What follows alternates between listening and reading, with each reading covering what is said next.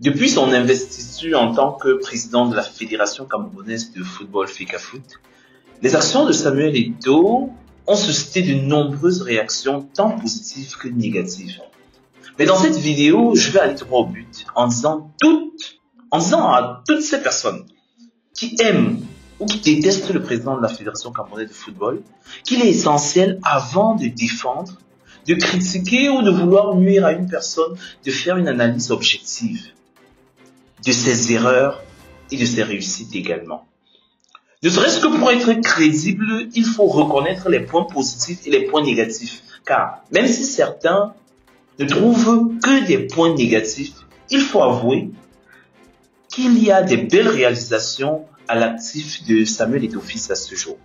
En tant que pro Samuel Eto'o, je ne le cache plus, j'ai fait une analyse profonde de ses réalisations et il est indéniable qu'il a accompli des progrès significatifs, même s'il a également commis beaucoup d'erreurs. De mon point de vue personnel, plusieurs décisions de Samuel Eto'o n'ont pas été bonnes et je lui en voudrais toujours pour les avoir prises. Par exemple, le renvoi rapide de Conceição a non seulement surpris beaucoup de personnes, mais a également coûté une somme importante en termes d'argent à la fédération. Cette décision précipitée a laissé de nombreux supporters et observateurs perplexes, en commençant par moi bien entendu. De plus, la manière dont Samuel Eto'o s'est exprimé dans les vestiaires de Lions Indomptables, en déclarant devant les caméras que personne n'avait sa place assurée, je trouve qu'il pouvait gérer cela autrement. Bien que le message ait pu être pertinent, la forme et le contexte de cette communication ont été perçus comme une humiliation publique pour les joueurs, ce qui a pu affecter leur morale, leur dignité et même leur image. Parce que ce n'est pas des enfants, il faut le préciser. Je pense donc personnellement que ce genre de vidéo n'aurait pas dû être publié. Il y a donc plusieurs aspects que l'on peut reprocher à Samuel Eto'o dans sa gestion de la Fédération camerounaise de football. La liste est très longue et chaque Camerounais a le droit d'avoir et de donner son point de vue personnel selon ses sensibilités. Cependant, il est tout aussi important de reconnaître les nombreuses réalisations positives qu'il a accomplies depuis son arrivée à la présidence. Comme je le disais au début de cette vidéo, la critique doit être constructive. En effet, la FECAFOOT a connu des améliorations notables sous la direction de Samuel Eto'o. Des réformes qui méritent d'être soulignées, reconnues et acclamées au même titre que les erreurs qui sont critiquées et condamnées. Parmi les réalisations les plus marquantes, on peut citer l'augmentation significative des subventions allouées aux différents clubs. Pour les clubs de l'Elite 1, par exemple, la subvention est passée de 11 millions à 48 millions de francs CFA. Tandis que pour les clubs de l'Elite 2, elle est passée de 7 millions à 14 millions de francs. Les primes des champions ont également été réévaluées, passant de 20 millions à 50 millions de francs CFA et celles des vainqueurs de la coupe de 10 millions à 25 millions de francs CFA.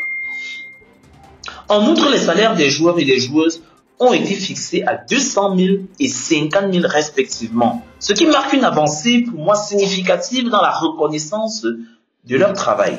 Les primes d'indemnité de préformation ont également été révisées à la hausse avec des montants de 1 million et 500 000 francs respectivement.